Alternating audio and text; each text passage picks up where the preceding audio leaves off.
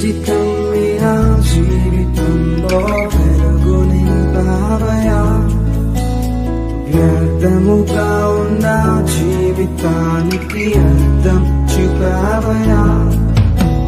ఇచ్చున్నాను సమయంలో ఒక చిన్న విషయాన్ని చెప్పి ముగిస్తాను. జాగ్రత్తగా, కొద్ది మాటలు జాగ్రత్తగా ఉందా. బైబిల్ గ్రంథంలో నుంచి మార్కు సువార్త మార్కు సువార్త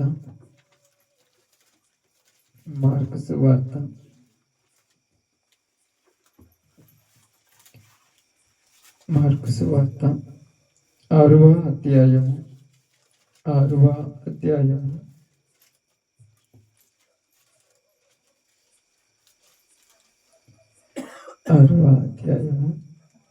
తీసరమ్మా 41వ వచనాన్ని జాగ్రత్తగా చదువుదాం. అంతటా ఆయన ఆ 5 రొట్టెలను 2 చేపలను పట్టుకొని ఆకాశం వైపు కన్నులెత్తి ఆశీర్వదించి ఆ రొట్టెలు విరిచి వారికి వడ్డించుటకు తన శిష్యులకిచ్చి ఆ 2 చేపలను అందరికీ పంచిపెట్టెను. దేవుడి వాక్య భాగం మన మధ్యలో ఆశీర్వదించును గాక. ఆమేన్. ఇక్కడ చదవబడినటువంటి సందర్భము మీరందరూ కూడా చాలా మార్లు విన్నటువంటి సందర్భమే. అయితే ఇక్కడ అర్థం చేసుకోవలసినటువంటి ప్రాముఖ్యమైన విషయం ఏంటంటే, బాగా విందాము. యేసు ప్రభువారు ఆ యొక్క ప్రదేశంలోనికి వెళ్ళినప్పుడు ఆయన అరణ్య మార్గంలో వాళ్ళందరికీ వాక్యం బోధిస్తున్నప్పుడు అరణ్య మార్గంలోనికి వచ్చినప్పుడు అక్కడ మనం చూసినప్పుడు ఆలోచించినప్పుడు మనకు రాయబడినటువంటి ఒక మాట ఏంటంటే, చూద్దాం. వారు అక్కడికి వచ్చిన తర్వాత అక్కడ వారితో విస్తరించి మాట్లాడుతూ ఉన్నాడు. ఆయన ఏం చేస్తున్నాడంటమ్మా?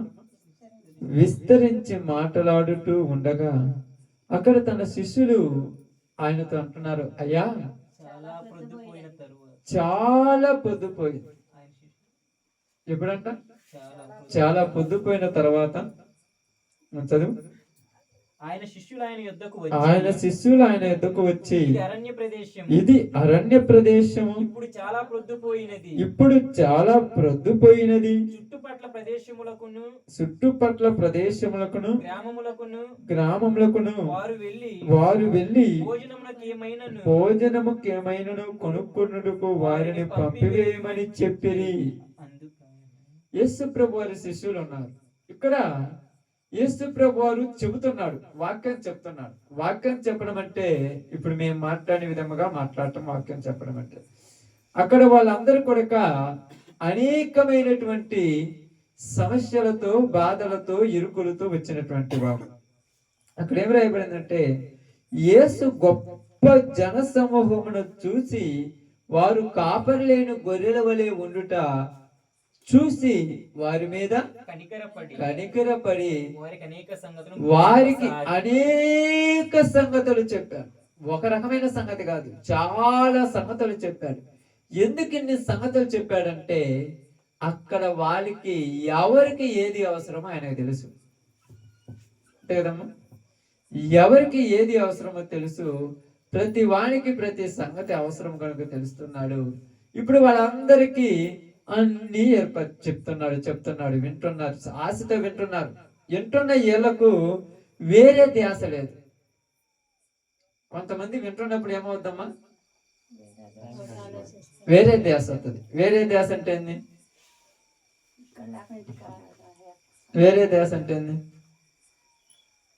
ఆలోచించండి. వేరే ధ్యాస అంటే ఏందమ్మా? వేరే దాని గురించి ఆలోచిస్తారు. అంటే వేరే దేశ ఏంటంటే, వీళ్ళందరూ జన సమూహం మొత్తం ఆశతో వింటున్నారు. యేసు ప్రభు శిష్యులు ఉన్నారు చూడు, వీళ్ళు ఏమంటున్నారంటే, అయ్యా ఇది ఏ ప్రదేశము? అరణ్య ప్రదేశము. ఇక్కడ ఎక్కడ కూడా ఏమి దొరకవు. ఏమన్నా దొరుకుతాయా? ఏమి దొరికేది లేదు. ఎక్కడికి వెళ్ళినా కొట్లు లేవు, ఏమి లేవు. ఇప్పుడు వీళ్ళు ఇళ్ళకెళ్ళి ఆహార పదార్థాలు కొనుక్కొని వాటిని వండుకొని తినడానికి సమయం పట్టుద్ది. ఆల్రెడీ పొద్దు చాలా పోయింది, ప్రొద్దుగుకింది. ఇంక వాళ్ళని ఇంటికి పంపిస్తే బాగుంటది అన్నారు. అంటే ఇప్పుడు శిష్యులు ఆలోచించింది మంచిదా చెడ్డదా? మా జాగ్రత్తగా మీరేనండి. ఇప్పుడు శిష్యులు ఆలోచించింది మంచిదా చెడ్డదా? చెడ్డదా. ఎందుకు చెడ్డది? వాక్యం వినకుండా తిండి గురించి ఆలోచించు. ఇప్పుడు వీళ్ళ గురించి ఆలోచించండ్రా, చుట్టుపక్కల వాళ్ళ గురించి ఆలోచించండ్రా?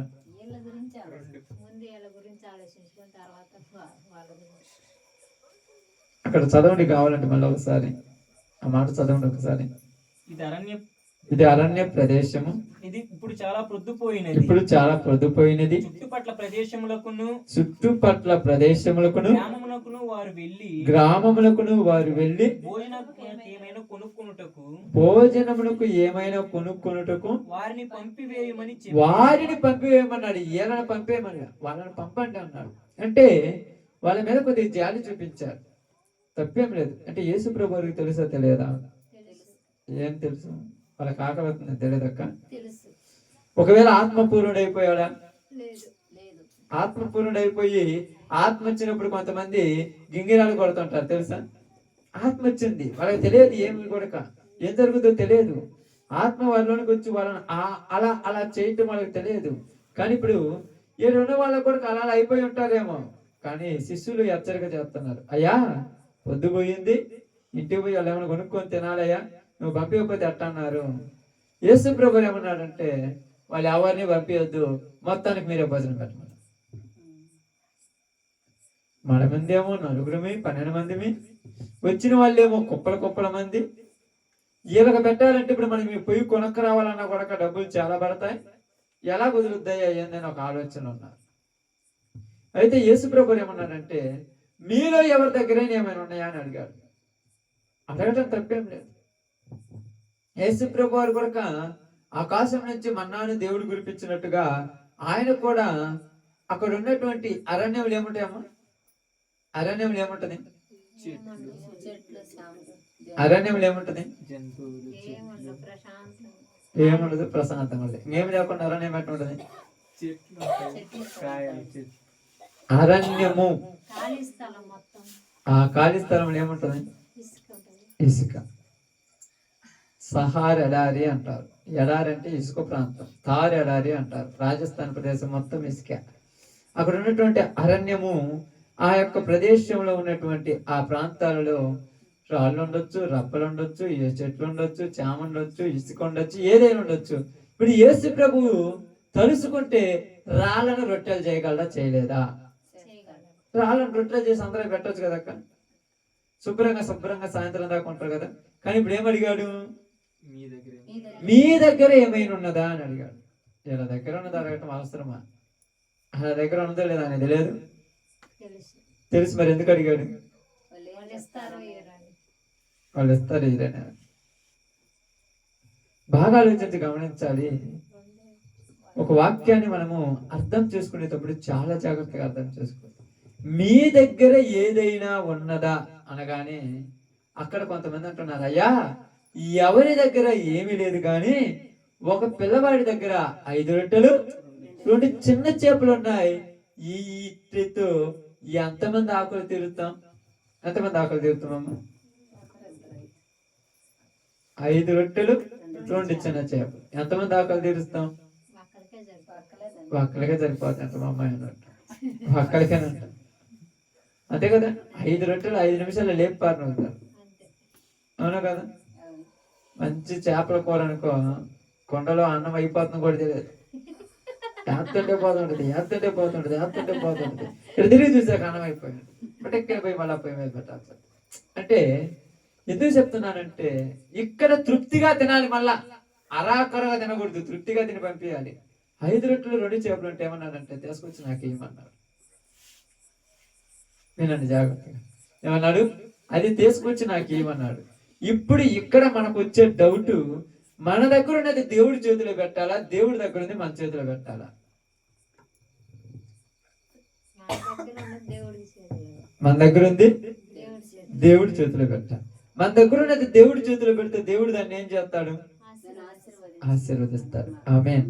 ఆశీర్వదించినప్పుడు ఏమవుతుంది? అది ఎక్కువ అవుతుంది. అంతేనక్క? ఎక్కువ అయింది, దేవుడు ఏం చేస్తాడు? అందరికి పెడతారు. మీకు వాక్యం తెలుసు కాబట్టి అందరికి పెడతారు. ఇప్పుడు అందరికి పెడితే ఎవరికి నచ్చదు? ఎవరికి నచ్చదు అందరికి పెడితే? కలిగిన వారికి. అందరికి పెడితే ఎవరికి నచ్చదు. ఇది నేను ఇక్కడ అడిగే పాయింట్. ఇక్కడ మీరు చెప్పేది కరెక్ట్ కాదన్న. అందరికి పెడితే ఎవరికి నచ్చదు. అర్థమవుతుంది? అందరికి పెడితే ఎవరికి నచ్చదంటే ఇచ్చిన వాళ్ళకి నచ్చదు. నేను ఇచ్చింది నాకే ఎక్కువ చెయ్యాలి. 5 రొట్టెలు 2 చేపలు నేను ఇచ్చాను. ఇప్పుడు 5 రొట్టెలు 2 చేపలు నేను ఇస్తే దాన్ని నువ్వెన్ని చేయాలి? 500 రొట్టెలు 5,000 చేపలు చేయాలి, లేదా 50,000 చేపలు 50,000 రొట్టెలు చేయాలి. ఇప్పుడు మొత్తాన్ని ఏం చేశాడు? చూస్తే ఎక్కువ అయిపోయింది, రాసులు పడిపోయినాయి. ఈ రాసి మొత్తం ఎవరికి కావాలి? ఇచ్చినోడికి కావాలా? అది అంతా అందరికి పెడితే నచ్చుద్దా? మా ఇచ్చినోడికి కావాలా? అది అంతా అందరికి పెడితే నచ్చుద్దా? ఇచ్చిన వాడే కావాలనుకుంటాడు. కానీ యేసు ప్రభు పద్ధతి ఏంటంటే ఒకటే పద్ధతి. నీవు ఇచ్చింది దాన్ని ఎక్కువ చేస్తాడు, చేసిన ఎక్కువ అందరికి సమానంగా పంచుతాడు. ఆమేన్. నువ్వు ఈ రోజు 100 రూపాయలు ఇచ్చావనుకో దేవుడికి, దాన్ని దేవుడు ఏం చేస్తాడంటే 1000 చేస్తాడు. ఆ 1000 ఏం చేస్తాడంటే 10 మందికి 100 పంచుతాడు. అప్పుడు ఎవరికి నష్టం? ఇచ్చిన వాళ్ళకి నష్టం కదా. నాకు అందే కదా వచ్చింది, వాళ్ళకి ఏమి లేని వాళ్ళకి కూడా వచ్చినాయి కదా. ఇప్పుడు ఇది అసూయ. ఇప్పుడు నా రొట్టెలు తీసుకెళ్ళి అందరూ భోజనం పెట్టడం ఏంటి? చిన్న పిల్లవాడి దగ్గర 5 రొట్టెలు 2 చిన్న చేపలు ఉన్నాయి. ఈ తీసుకెళ్ళి అందరూ పెడితే ఇవిడికి నచ్చుతామా? ఈ తీసుకెళ్ళి అందరూ పెట్టడం ఏంటి? కానీ అవి నీ దగ్గర ఉన్నప్పుడు బాగినాడు మా అవి నీ దగ్గర ఉన్నప్పుడు కొంచెమే. 5 రొట్టెలు 2 చేపలే. ఎప్పుడైతే యేసు ప్రభు దగ్గర పోయినాయో అవి ఏమైంది? 5,000 మంది పురుషులకు పంచి పెట్టంతయి. నీ దగ్గర ఉన్నంత వరకు నీదే. అది నీ కాడ ఉన్నది కొంచెం, అది ఎవరికి ఉపయోగపడదు. నీ దగ్గర ఉన్న జీవితమైనా, నీ దగ్గర ఉన్న ప్రాణమైనా, నీ దగ్గర ఉన్న డబ్బులైనా, నీ దగ్గర ఉన్న ఆస్తి అయినా, నీ దగ్గర ఉన్న జ్ఞానమైనా, నీ దగ్గర ఉన్న ఏదైనా అది నీ దగ్గర ఉంటే ఎవరికి ఉపయోగపడదు. నువ్వు తీసుకెళ్లి యేసు ప్రభు చేతిలో పెట్టాలి. అది ఎక్కడే రాయబడి చూడండి.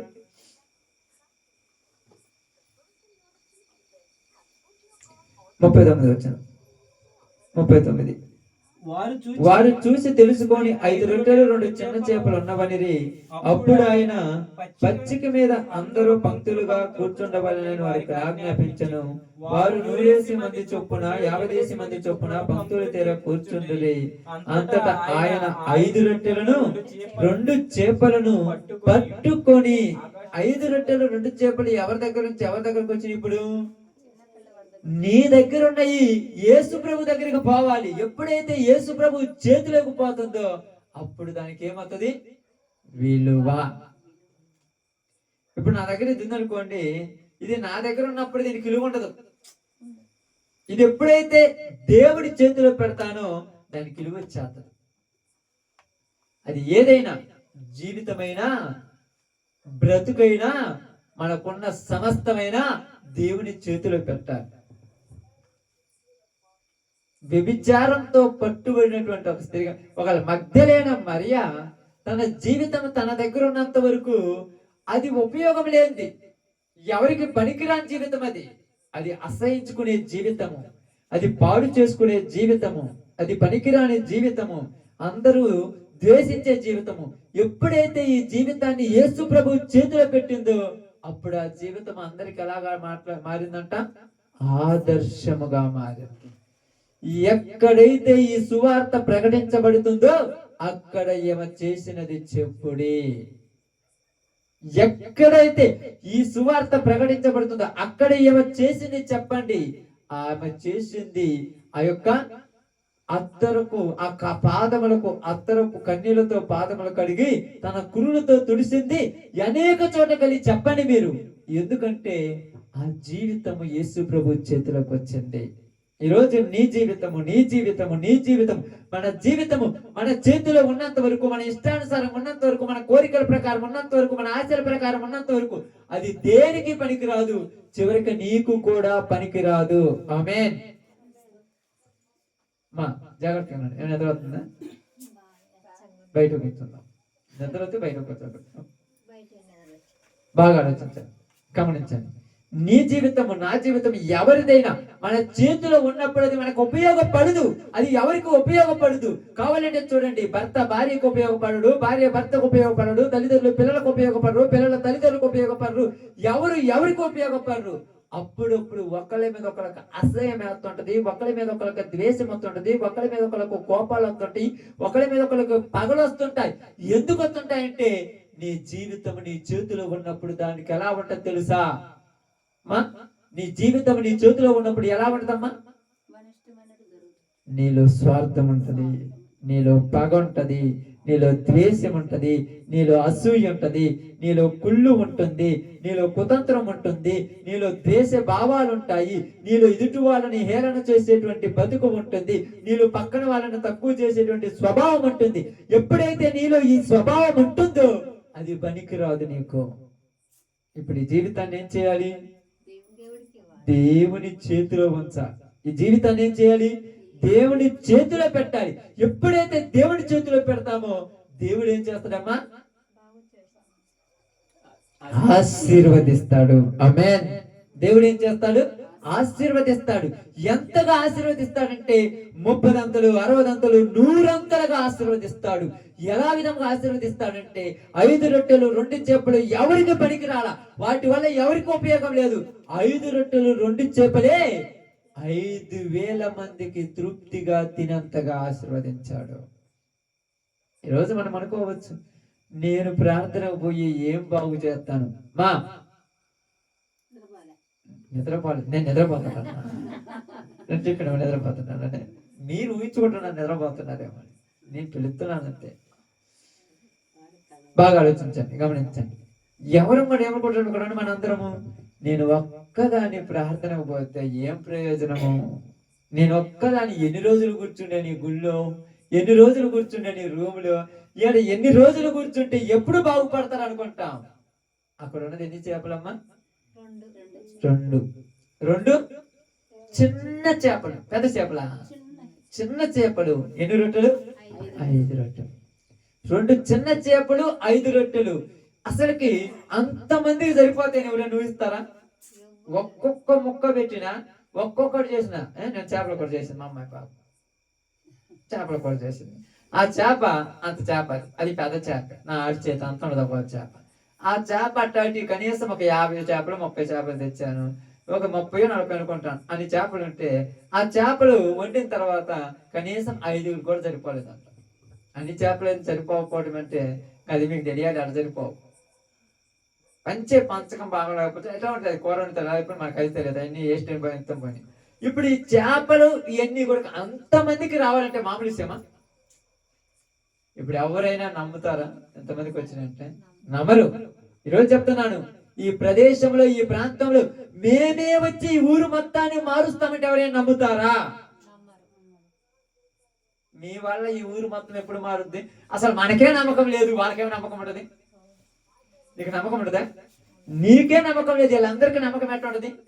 ఎప్పుడైతే నీ జీవితాన్ని, నీ బ్రతుకును యేసు ప్రభు చేతిలో పెడతామో, ఇప్పుడు మన జీవితం యేసు ప్రభు చేతిలో పెట్టిన తర్వాత యేసు ప్రభు దీన్ని ఏం చేశాడు? ఆశీర్వదించాడు. ఆమేన్. ఏం చేశాడమ్మా? ఆశీర్వదించాడు. కావాలంటే చూడండి, అక్కడ చదవండి.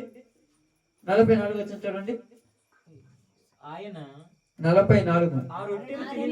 ఆ రొట్టెలు తినిన వారు 5,000 మంది పురుషులు. 5,000 మంది పురుషులు. ఆమేన్. ఆ రొట్టెలు తినిన వారు 5,000 మంది పురుషులు. అంటే పురుషులేనా, స్త్రీలు పిల్లలు లేరా?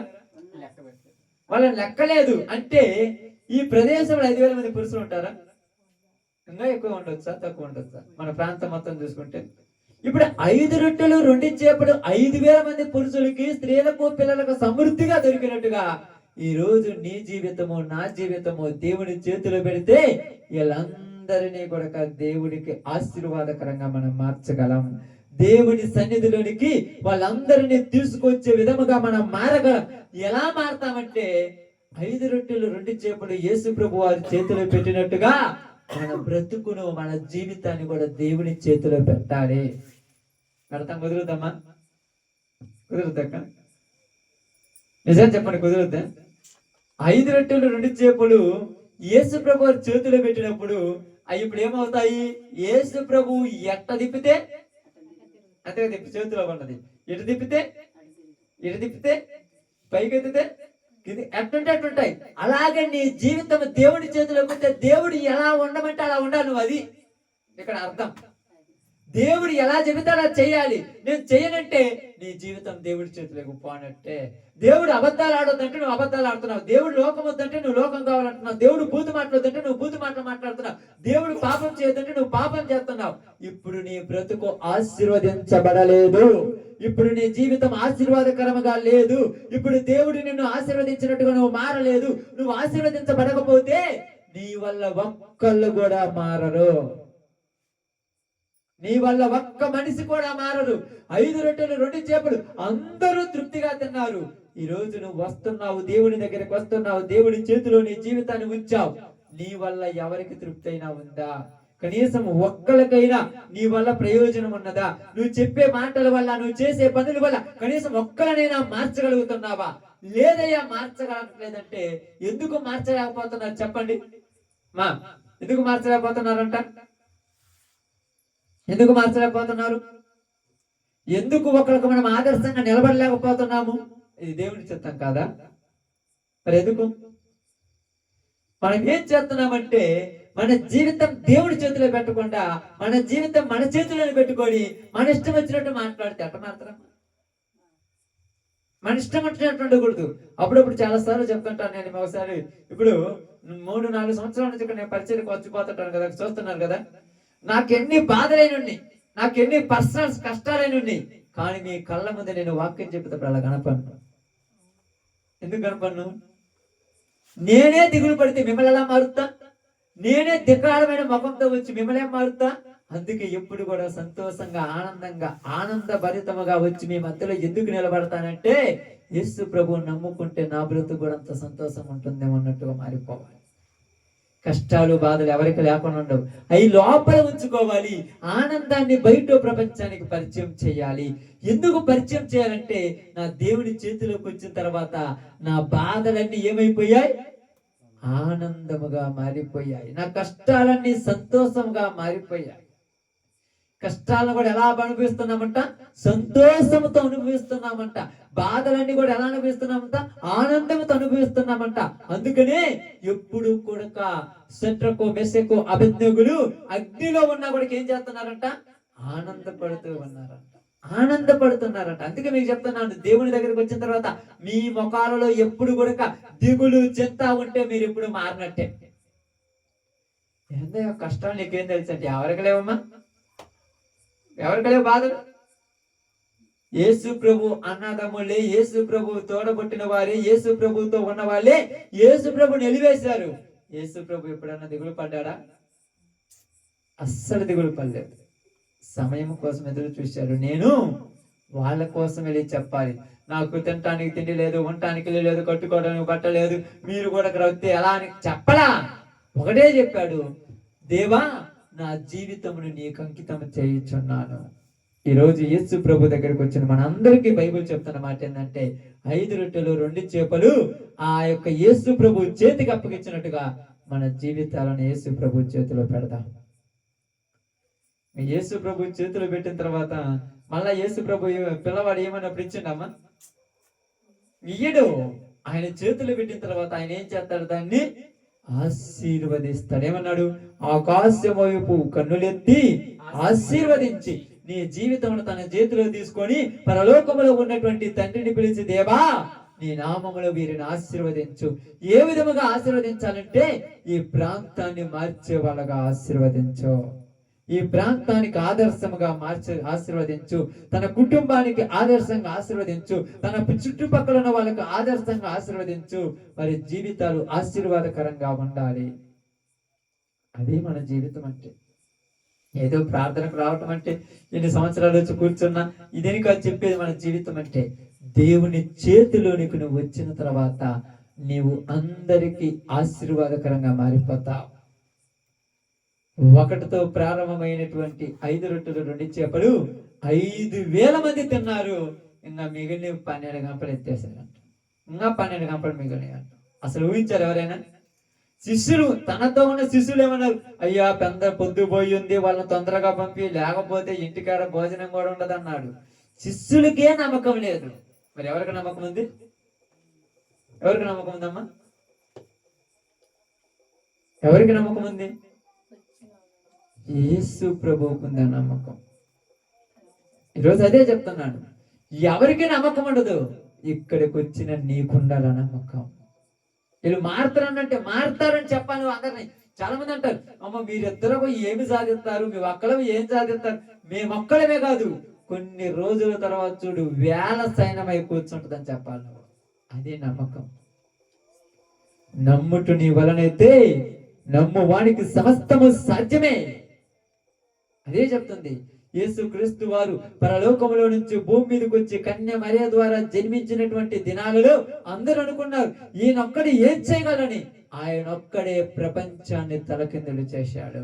ఆయనొక్కడే నవ సమాజాన్ని స్థాపించాడు.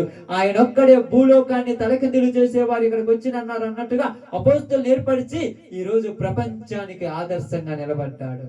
ఆయనొక్కడే ఆయన ఒక్కడే ప్రారంభించిన పని ఈరోజు నువ్వు ఒక్కడివే ప్రారంభించున్నా. మీరొక్కలే ప్రారంభించారు. ఇక్కడ ఏమీ జరగదనుకోకూడదు. జరగదనుకోవటం తప్పు. దేవుడు ఉంటే, దేవుడి చేతిలోనికి నువ్వు వెళ్ళిపోతే ఏదైనా జరుగుద్ది. కానీ మన నమ్మకం ఉండాలి. అందుకేమన్నాడు? నమ్ముట నీ వలనైతే నమ్మేవాడికి సమస్తము సాధ్యం, నమ్మనోడికి కాదు. మీరు ఇంటికాడ నుంచి వస్తున్నప్పుడు ఏం ప్రిపేర్ అయ్యి రావాలి? వాక్యం వినాలి, వాక్యంలో ఉన్న మాటలను అర్థం చేసుకోవాలి. అర్థం చేసుకున్న తర్వాత ఆ మాటలు నా జీవితానికి అన్వయించుకోవాలి. వచ్చే వారం అవసరమైతే నేను కూడా ఒక పాట పాడి కొన్ని మాటలు చెప్పాలి అనేటట్టు ప్రిపేర్ అయ్యి రావాలి. ప్రిపేర్ అయితే పొద్దుట నుంచి పనిచేసి వచ్చాను, ఇందాక అన్నం తినొచ్చాను, పోనమ్మట నిద్ర వస్తుందేమో చేస్తుంది అంతే. ఏం చేద్దాం? మనం ఏం చేద్దాం? దేవుడి చేతిలోకి ఇవ్వాలమ్మా మన జీవితాలని. దేవుడికి అంకితం చేయాలమ్మా మన బ్రతుకులని. ఆయనకు అంకితం చేస్తే మనము లోకంలో ఉన్న వాటిని చూడక పైన వాటిని చూస్తాం. ఈ రోజు నువ్వు ఇలా అనుకుంటే ఆ ఒక్క చిన్న పిల్లవాడికి ఉపయోగపడే రొట్టెలు, ఆ చిన్న పిల్లవాడికి ఉపయోగపడే చేపలు ఆ ఎడారిలో అరణ్యంలో ఉన్న వాళ్ళందరికీ ఉపయోగపడ్డాయి. మళ్ళా 12 గంపలు మిగిలాయి. ఈరోజు నీతో నాతో దేవుడు చెప్తున్న మాట ఏంటంటే, మనందరము ప్రార్థన చేసేటప్పుడు, దేవా నా జీవితం నీ చేతిలో పెడుతున్నాను, నన్ను నువ్వు ఎలా ఉంచాలనుకున్నావు అలా ఉంచు, నేను అలా ఉంటానని చెప్పాలి, అలా మారుతానని చెప్పాలి. మనం మారకుండా ఆయన అట్లా చెప్పిన ఉపయోగం ఏముంది? మనం మారాలి, ఆయన చెప్పినట్టు వినాలి. ఇదిగో బాగలేదే, పరిస్థితి బాగలేదు, ఇబ్బందులు చేయని కాదు, ఆయన ఎటు చెప్పితే అటు పోవాలి. అలా పోవటం వలన మన వల్ల ఈ ప్రాంతానికి అనేకులకు ఆశీర్వాదం వస్తుంది. అలాంటి కృప దేవుడు మనకును ఈ ప్రాంతానికి అనుగ్రహించును గాక. ఆమేన్. అందరము